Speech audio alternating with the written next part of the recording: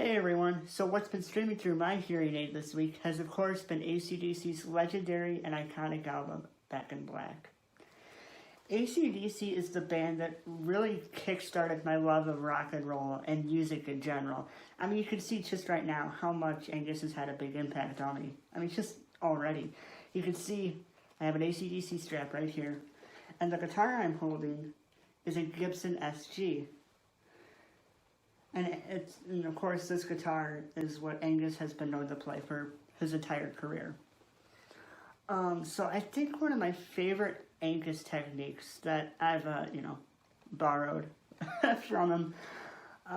Actually, it's really cool because I found out that me and Angus are kind of the same size. You know, we aren't exactly the tallest people in the world. So, there was this really cool interview I found on YouTube not too long ago, and Angus was talking about some of his, influences, techniques, nerdy stuff for us guitar players, right? But one of my favorite techniques that he talked about, it's something that I didn't really realize he influenced me with until I started thinking about it. But what he was talking about in this interview was, when a guitar player who's a little bit taller bends the string, they just kind of do, something like this. They're not really throwing their body weight into it. They're just kind of using the strength from their arm and fingers to get that note and, get that note and kind of shake it out, right? But with me and Angus, given our size, we got to try and put our body weight into it a little bit and kind of get that, that oomph out, right? So for me and Angus, it would have to be something like,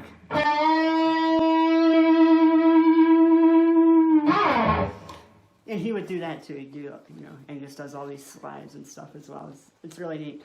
And another Angus technique that I think is awesome, and it's something that I definitely, it's definitely a technique that it's going to stick with me forever, is his vibrato. Or if you don't know what vibrato is, it's when you hold a note and you shake it really fast, or you could bend it and shake it.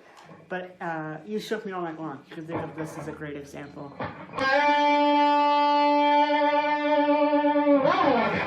It's very hard to get right. I'm no Angus Young, but you could totally hear it in so many of his solos. He has such a really powerful, his vibrato and his whole technique is so powerful. And I think the cool thing is with his bends and vibrato, it really translates well into a live set because, like I said, Angus really is throwing his whole body around it. He's moving all the time to help get these notes out. And that's where the magic kind of hops in to AC/DC's live set. Angus's movement creates this energy along with the rest of the band. When everyone's working together and all this movement's happening, it translates directly to the audience. And the cool thing is, when the band is really cooking and everything, and they're really giving it their all and playing it for the audience will take that energy and they will throw it right back to you. And I can say this for a fact because while I've not, sold out Wembley Stadium before, I've had the chance to play clubs before and really understand and feel that intensity. I mean, when you're going for it and you're really in the middle of a solo, and you're giving it your all on stage, and you're playing it for the audience will take that energy and they'll throw it right back at you. Like, I just saw a live concert that was just released on the band's YouTube channel. It was 1981. The band was playing What Do You Do for Money, Honey? And it was really cool, because you could see the band playing, and the audience was very close together with the band.